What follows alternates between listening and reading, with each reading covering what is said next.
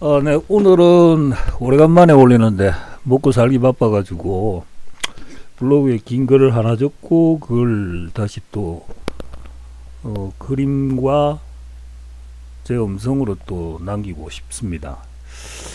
별로 재미없는 이야기인데도 와서 들어주시는 분들이 좀 있는 것 같아서 약간의 의무감도 좀 생기고 하루에 하나는 올려야 되는데 사실 그게 쉽지 않습니다. 하루 종일 그냥 일을 해야 되는 입장이다 보니까 양해해 주십시오. 자, 시작하겠습니다.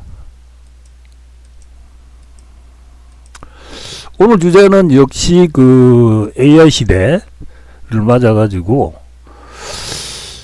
첫 번째는 이제 AI 디스토피아는 올 수가 없다라는 거고, 두 번째는 이를 빙자해서 공포를 팔아먹는 그런 자들에 대한 약간의 비판, 그리고 그 이후에 다가올 미래에 대한 이야기입니다. 먼저 제가 좀 명확하게 좀 하고 싶은 거는, 저는 미래학이나 이런 쪽의 전문가가 아닙니다. 그야말로 흔해 빠진 대한민국 배불떼기 아저씨죠. 근데 그럼에도 불구하고 유튜브 특히 여기서 각종 매체에서 전문가라고 자처하는 분들이 그 혹세무민하는 그런 감언이설이라기보다는 그런 이야기들을 하면서 사람들 공포로 몰아넣는 거 보면 기가 막히죠. 그래서 하나씩 좀 분해해서 내 의견을 좀 남겨야 되겠다는 생각입니다. 첫 번째가 이제 기계가 지배하는 세상, AI의 인류 말살한다는 그런 음모론입니다. 이거는 이전 그 영상에서도 이야기한 부분이 있으니까 간단하게 이야기를 하자면은, 인간을 비롯한 모든 생물체들의 감각들, 이거는 유한하고 나약하기 짝이 없어 이 고통의 굴레를 벗어날 수 없는, 그렇게 생로병사죠. 생명체에서만 발견되는 특징들이죠. 무생물에서는 나오질 수가 없습니다. 심지어는 이제 식물이라든지 단세포까지도 이제 고통을 느끼는 그런 연구 결과도 있는데, 뿐나 여태까지 기계라든지 AI가 감정을 느낀다는 정확한 증거가 나온 적이 없어요. 그러니까 요는 고통이 있기 때문에 쾌락을 느끼고, 고통이 있기 때문에 행복을 찾으려 하고, 고통을 피하고자 행복 또는 자기 만족도의 삶의 목표를 찾는 게 생물체의 가장 기본적인 본능이죠. 근데 그런 걸 못 느끼는 존재가 어떻게 스스로 목적을 수립하고 이걸 또 성취하고자 애를 쓰는지. 기계든 AI든 언제든 제 생각에는 수동태에 지나지 않습니다. 근데 이 수동태를 상상 속의 괴물이나 악마로 바꾸는 건 항상 능동태인 인간이죠. 기계가 아니라는 겁니다. 다음 그림 한번 보시죠. 두 번째는 요즘 이제 화두에 올라온 AI 시대의 대량 실직 문제입니다. 뭐 어제부터인가 그제부터 3대 그 자격증, 의사, 세무사, 변호사 몰락이 시작되었다고 막 떠들어대고 있는데, 뭐 실제로 또 이번에 그 패스한 세무사들이 데모를 했다고 하죠. 뭐 1000명 뽑는데 1000명이 배출됐는데 300명 정도밖에 자리가 없다. 그리고 이제 여기에 보태가 이제 최근 빅테크 기업에서 벌어진 대량 해고 사태를 들 수가 있죠. 그리고 MZ 세대라고 합니까? 요즘 세대들한테 이제 호되게 당하고 있는 시니어, 그러니까 그 뭡니까, 그 영포티 내지는 조팔육부장 뭐 이런 이야기 있지 않습니까? 그런 시니어들의 반격이 시작됐다는 것은 통쾌하기, 들으면 통쾌하지만 궤변이라고 저는 봅니다. 그리고 이제 이걸 공포를 매체 삼아 가지고 본인 마케팅에 한다고 난리죠. 이거는 과거 이제 루빈이라고 뉴욕대 경제학 교수입니까? 입만 열면은 대공황 온다고 하는 그 사람이 하는 어떤 그런 공포 마케팅 하고 같은 맥락에서 봐야 되지 않을까 싶습니다. 자, 여기서 이걸 한번 생각해 보죠. 지금 시니어들이 언제까지 일을 할 수 있겠습니까? 평생이 아니라 영원히 할 수가 없는 거죠. 시니어 다음에 주니어를 키우지 않은데 그 다음에 시니어가 어디 있어? 그러니까 무작배기로 이런 식으로 잘라내다가 사람 안 뽑으면 20, 30년 내에 이 시니어들이 은퇴하면은 그 다음에는 누가 그 기업을 운영을 할 거냐고 이거지. 이 대목에서 변치 않는 사실, 인사의 대원칙인 사람은 키워서 써먹어야 한다는 걸 아마 조만간 뼈저리게 체감하는 날이 올 것이라고 저는 생각합니다. 그러니까 여러분들은 이런 되도 않은 소리에 좀 신경을 안 쓰셨으면 좋겠다는 생각입니다. 자, 제가 좀 더 나가서 한 가지 예를 좀 들어볼게요. 의사 같은 경우에는 10년 이상의 기나긴 시간과 막대한 가족들의 뒷받침, 그리고 뭐 이건 좀 다 아는 비밀이지만 환자들의 희생을 투자해서 제대로 진료할 수 있는 의사 하나 만들어지는데, 요즘 하는 이야기는 그 시간에 지금 의사들이 AI를 이용하면은 부족한 인턴 레지던트 그들이 없더라도 진료할 수 있는 그런 폭이나 환자 수가 폭발적으로 늘어난다 이거죠. 그래서 안 뽑는다 이거야. 근데 이걸 한번 생각해 보십시오. 의대를 가서 졸업을 하는 동시에 국가고시를 보죠. 그리고 학교 가면은 개업할 수 있는 의사 자격증이 주어집니다. 인턴 레지던트 안 해도 돼요. 그러니까 기본적인 진료 정도는 가능하다는 이야기인데, 그렇다면 이 사람들은 지능이 떨어져서 AI를 이용 못하는가요? 이 사람들 역시 인터넷에 산재한 정보를 취합해주고 정리해주는 닥터 AI를 이용해서 처방 진단까지 할 수 있다는 거죠. 단지 숙련된 의사와의 차이는 예상하지 못한 응급 또는 비상 상황이라는 것, 거기에 대한 대응하는 정도죠. 조금 더 상상을 해보죠. 갓 졸업한 젊은 의사가 도농 지역에다가 개업을 한다고 합시다.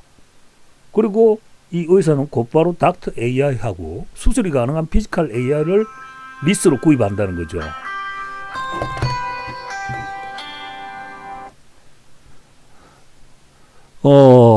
죄송합니다. 이게 갑자기 전화가 와가지고. 그리고 완전 자율주행이 가능한 차도 사고 무거운 짐이나 환자를 옮길 수 있는 안드로이드도 구입하죠. 그렇게 해서 그는 왕진도 가능하고 피지컬 AI를 보내 원격 진료를 하고 처방을 내릴 수가 있습니다. 만약 부족하면은 초보 의사들의 커뮤니티에 올려가지고 조언을 받을 수도 있죠.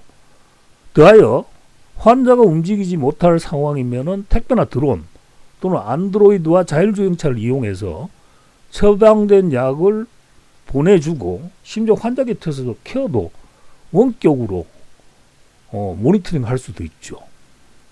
그런데 어떻게 의사가 도태가 됩니까? 이건 변호사도 마찬가지고 세무사도 마찬가지예요. 난 외려 그런 무자비한 해고와 인력 삭감을 한 기업들이 AI로 강화된 잠재적인 미래 전문가들의 역공을 받을 가능성이 더 높다고 봅니다. 자, 그렇다면 이걸 갖다 화이트나 블루칼라들에게 적용해보죠. 제 아무리 거대 기업이라 해도 모든 부품을 다 생산할 수는 없는 거예요. 결국은 하청을 받아야 하는 부분이 생길 것이죠. 그리고 이런 거대 기업들이 들어가지 못하는 틈새 시장이 얼마나 많습니까? 자, 그러면은 현재는 중소기업들이 그걸 담당을 하고 있죠. 하지만은 사무와 생산을 담당한 피지컬 AI의 도움을 받는다면은 단 한 명의 창업자라도 충분할 겁니다. 그거는 틀린 이야기가 아니겠죠. 아니, 나는 지휘만 하고 안드로이드를 한 10대 구하면은 직원 10명 고용하는 거하고 똑같은데 결국은 아이디어 싸움이라는 거죠. 그리고 대중들이 어떻게 거대 기업의 제품만을 구입하는 건 아니죠. 소비자들이 그렇게 단순하지가 않습니다. 자, 그렇다면은 이런 거대 제조기업들도 이런 1인 혹은 소수인들의 창업자들이 만든 개미 군단에게 파이를 뜯기는 그런 상황이 올 수도 있다는 거죠. 자, 다음 사진 한번 보십시오. 아주 이게 웃기는 건데 빈부에 격심한 차이가 온다. 그런데 여태까지 나온 공상과학 영화의 99%가 다수를 지배하는 소수의 미래, 기계나 반기계의 인간들이 가혹하게 지구를 지배하는 디스토피아를 그려왔죠. 근데 여기에는 크나큰 착오가 있습니다. 그게 뭐냐? 인구가 제어되지 못할 수준으로 폭증한다는 전제죠. 이 전제는 공급을 초월하는 초거대 수요를 의미하고, 그건 바로 악의 다툼의 아수라장이고 지옥입니다. 근데 현실은 어떻습니까? 물론 살기 팍팍해서 결혼하지 않고 애를 낳지 않는 원인도 있지만, 더 중요한 건 인간에게 더 이상 자연 번식의 본능이 없다는 겁니다. 좀 더 풀어서 이야기하면은, 쉽게 이야기하면은, 발전기가 오면은 암내나 호르몬을 풍겨서 서로를 유혹하고 이제 결합을 해서 자손을 번식하는 그 본능이 인간은 스스로 제어하고 있다는 거죠.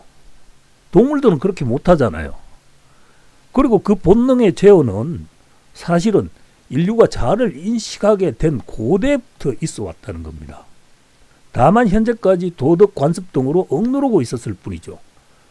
특히 농경과 산업화 시대엔 사람이 곧 자산이었고, 그 자산, 그러니까 자식이나 후손이죠, 가치 있게 만들기 위해 모든 것을 투입한 부모, 사회, 국가에 대한 보답이 효도나 애국, 사회의 공헌 또는 기업 따위로 이렇게 가정이나 가족, 사회, 국가가 지탱해 왔던 거죠.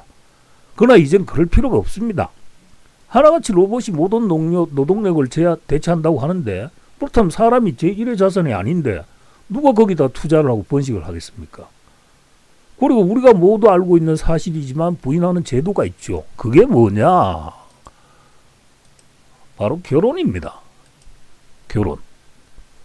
나이가 차면 짝을 만나고 자식을 낳아 가족을 이루어야 비로소 어른이 된다라는 주장의 근거가 대체 어디 있습니까?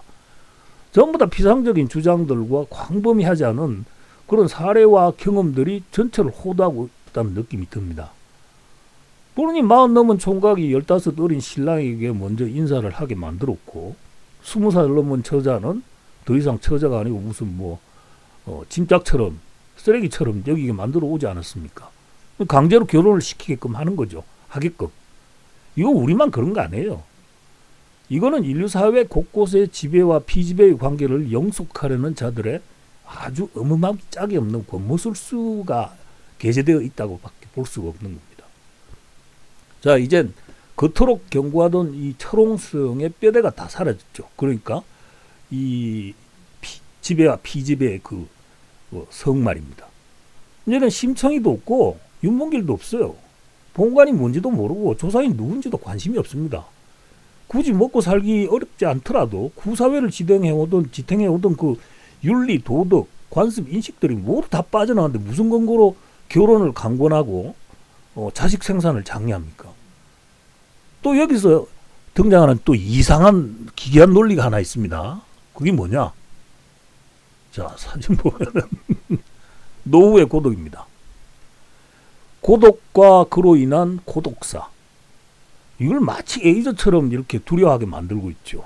그러나 누구나 죽을 때는 혼자예요. 옆에 있어도 죽는 건 자기밖에 없는 건지. 지금 세상에 굳이 사람이 늘 곁에 있어야 될까요? 수도 없이 많은 방송이 있고 인터넷에 진출하면 서로를 위로해주는 그런 커뮤니티가 늘렸습니다. 여기에 인간관계를 대체하는 AI와 피지컬 AI가 있고, 자율주행차에, 드론에, 죽지 않는 로봇 애완견, 애완묘까지 있습니다. 하지만 내 욕구 충족을 언제든지 가능하게 하는 섹스돌도 더 이상 수동적이지 않을 겁니다. 나의 요구에 적극적으로 반응을 하는 거고, 나의 판타지를 채워주는 거죠. 근데 뭐가 외롭다는 거죠. 이렇게 말하면 참 거시기한데, 우리나라든 외국이든 살인사건 중에 상당수가 가족 간 살인입니다. 친족 간 살인. 근데 살인이 이 정도인데 거기에 폭력과 성적인 문제까지 더하면은 TV에서 우리가 늘 보는 매일 하하호호 하며 3대가 더불어 사는 그런 가족의 모습은 신기루라고밖에 보이지가 않는 거죠. 물론 아니라고 하는 분도 있을 수가 있죠. 그런데 시중에 떠도는 삼식이, 황혼이혼은 뭡니까? 왜 노인이 자식을 죽이고 자식이 노인을 죽이는 그런 광범위한 사태가 벌어지고 있는데, 이건 오류인가요? 아니면 오바인가요? 정말 웃기는 소리지 않습니다. 웃기는 소리입니다. 죄송합니다. 저만 해도 하루에 2번은 마누라하고 싸워요. 얼굴만 쳐다보는데도 싸운다고. 이게 과연 난 생각에 우리가 그토록 그리던 해피홈인가? 가끔 가다가 해피한 순간은 있지만은 대부분이 분쟁과 다툼입니다. 자, 그렇다고 본다면은 가족의 완전한 해체는 불가피하다. 노후의 고독 따윈 가까운 미래에 죽은 단어가 되리라고 봐야 맞지 않겠습니까? 내가 보는 미래는 수요와 공급을 초과하는 그런 세상이 아니고 공급이 수요를 압도하는 그런 세상이죠. 그러니까 나는 대세로 인용되는 디스토피아로는 믿을 수가 없는 겁니다. 그리고 다시 말하지만 어디까지나 기계들은 수동태하고 능동태인 인간의 사악한 의지가 투영돼서 도구로 활용돼서 안 된다는 전제를 갖고 있죠. 제가 갖고 있는 겁니다. 그런데 이 부분에 대해서는 머스크나 젠슨 황도 마찬가지입니다. 인간이 최종 의사결정권자가 돼야 된다는 거죠. 자, 덧붙여 줄어든 인구, 폭발하는 공급, 그만큼의 풍요를 즐기는 인류, 번식을 스스로 포기하고 극소수로 존재할 것인데 이때 어떤 국가가 서로에게 총질을 할 겁니까? 넘쳐나는데. 그리고 어떻게 보면은 국가란 존재 자체가 과연 필요할까라는 이런 의문도 들죠. 자, 마지막입니다. 이 머스크란 존재. 대표적인 몇 가지를 들어보면 수소차는 불가능하다. 자연 상태의 수소는 우주에 존재할 뿐 지구상의 채취량이 극소다. 왜 이런 짓을 하는지 모르겠다. 이런 이야기도 했어요. 그리고 또 인간은 죽도록 프로그램이 되어 있는데 그렇다면 죽지 않도록 프로그램을 하면 되지 않을까. 인간을 어떤 프로그램이 가능한 대상으로 본 거죠. 핵융합 개발도 마찬가지죠. 우주에 나가면 우리가 사용하지 못하는 태양 에너지가 99.9%가 있는데 이걸 왜 거기 가서 사용할 생각을 안 하고 핵융합 개발이라는 짓을 하느냐. 이거는 마치 거대한 빙산 옆에서 아이스메이커를 만들려고 하는 것처럼 아주 우스꽝스럽다. 3년 안에 전 세계에 100억 대의 안드로이드를 보급하겠다. 그럴 때가 되면 노동은 의미가 없고 화폐는 가치를 이룬다. 3년 안에 200톤 이상이 적재 가능한 스타쉽 6대의 안드로이드를 가득 채워 화성으로 보내 식민지하고 그로부터 3년 후에 50만의 인구를 화성으로 이주시키겠다. 이 사람은 누구도 생각하지 못했던 스타링크라는 시스템을 이용해서 끊어지지 않는 인터넷을 만들어냈고 여기서 또 천문학적인 수익을 거두고 있죠. 한 달에 이용료 50만 원이 나는데 기업들이 다 가입한답니다. 그리고 굳이 제한적인 에너지 그리고 이를 비싸게 사서 데이터 센터를 운영할 필요 없이 모듈화해서 스타쉽의 시로 우주로 보내자. 거기는 절대 온도지 않습니까? 영하 267도인가? 그리고 스타링크로 데이터를 주고받게 되면 충분하지 않겠냐는 이야기를 아주 간단하게 하죠. 그런데 여기서 몇 가지 모순이 발견되는데 노동의 가치도 없고 화폐도 소용없어지는 세상을 굳이 왜 그는 창조하려 드는가?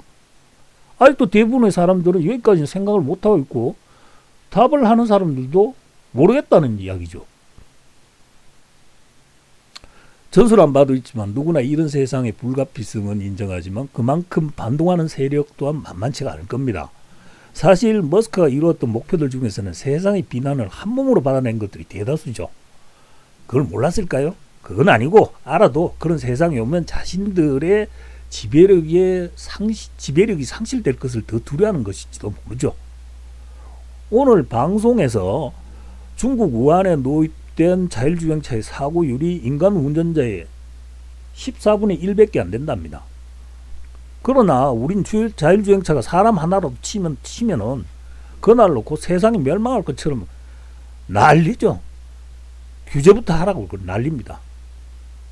그리고 다음에 들 예와 같은 윤리적 명제를 내서 해결하러 윽박지르죠.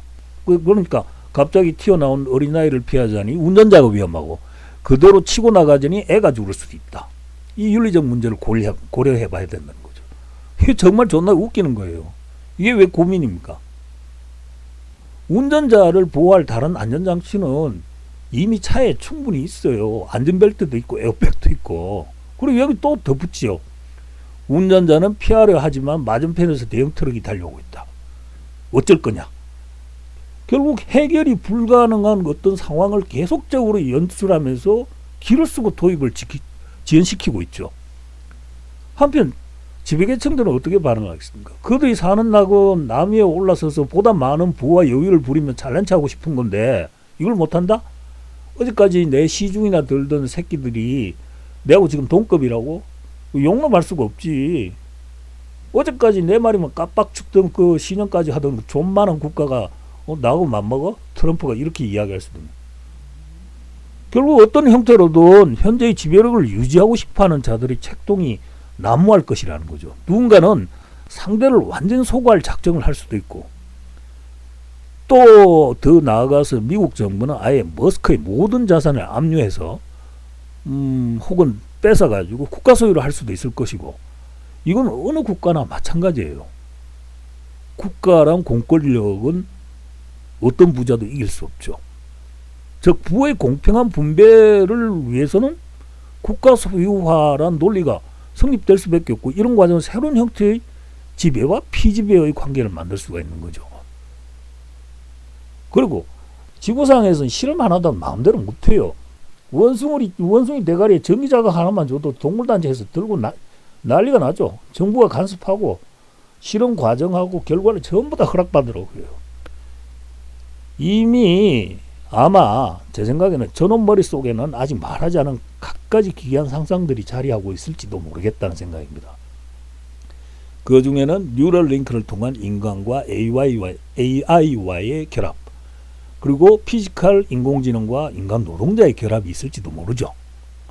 그런데 머스크가 만약에 화성으로 가게 되면은 이 모든 것에서부터 자유롭죠. 머스크 잡자고 우주선 쏴요? 언제 가는데? 이주한 50만의 인구들이 몇십만 써도 남을 자원이 거기 있을지 몰라요. 그리고 머스크가 이를 이미 알고 있을 수도 있고, 그리고 안드로이드가 먼저 가서 정착해서 그들의 안드로이드에 의한 통제가 가능하죠. 인간들 통제가. 그러니까 안드로이드가 경찰이나 군대로 변신하는 거죠. 이거는 충분히 가능할 겁니다. 왜냐하면 통제는 머스크가 하는 거니까. 자, 여기서 머스크는 지구에서 경험, 스타링크와 데이터 센터를 화성 궤도에서 돌리면서 화성을 그가 생각하는 어떤 신천지로 바꾸려고 하는 거 아닌가. 혹은 거기서 불멸의 황제를 꿈꿀 수도 있는 거죠. 머스크는 주디로는 고갈된 지구자원, 해성이나 운석 대충돌과 같은 그런 일로 지구 멸망으로부터 문명을 보존하겠다고 하지만은 내가 보기에는 그건 좀 표면적이지 않나 싶습니다. 자, 오늘은 여기까지 하겠습니다. 긴 글 읽어주셔서 감사합니다. 오늘 딸내미가 지금 전화가 왔는데 무슨 일인지 좀 확인 좀 해봐야 되겠습니다. 감사합니다.